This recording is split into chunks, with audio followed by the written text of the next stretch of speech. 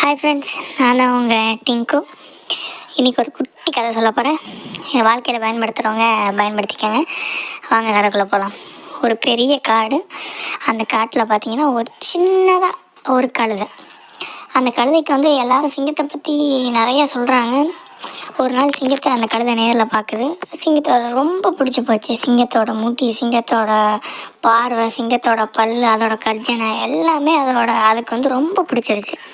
So பிடிச்சோம் அது அதோட ரசிகன் ஆயிடுச்சு. யார் கேட்டாலும் இந்த கழுதை நீ யார் அப்படின்னு கேட்டால் நான் அந்த சிங்கத்தோட ரசிகன் அப்படின்னு தான் சொல்லுமா.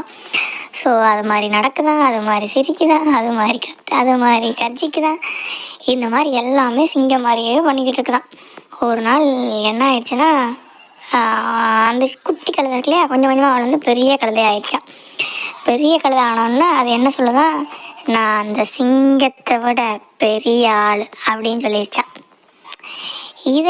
இதை பார்த்து அந்த சிங்கம் ஒரு நாள் கரெக்டாக இதுக்கு முன்னாடி வந்திருக்கு.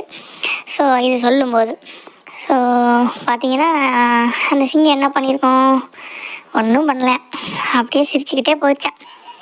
ஏன்னா சிங்கத்தை தெரியுமா, கர்ச்சிக்கும் போது தெரியுமா யார் சிங்கம் யார் கழுதன். இது நிறைய சினிமா பார்த்துட்டு அந்த ஹீரோ மாதிரியோ இல்லை அங்கே அதில் வர்ற மாதிரியோ நானும் அது மாதிரி தான் அப்படின்னு சொல்லிட்டு நிறைய பேர் இருக்காங்க. ஸோ அவங்களுக்காக இது எது உண்மை எது பொய் அப்படின்னு சொல்லிட்டு தெரிஞ்சுக்கிறதுக்காக. தேங்க்யூ.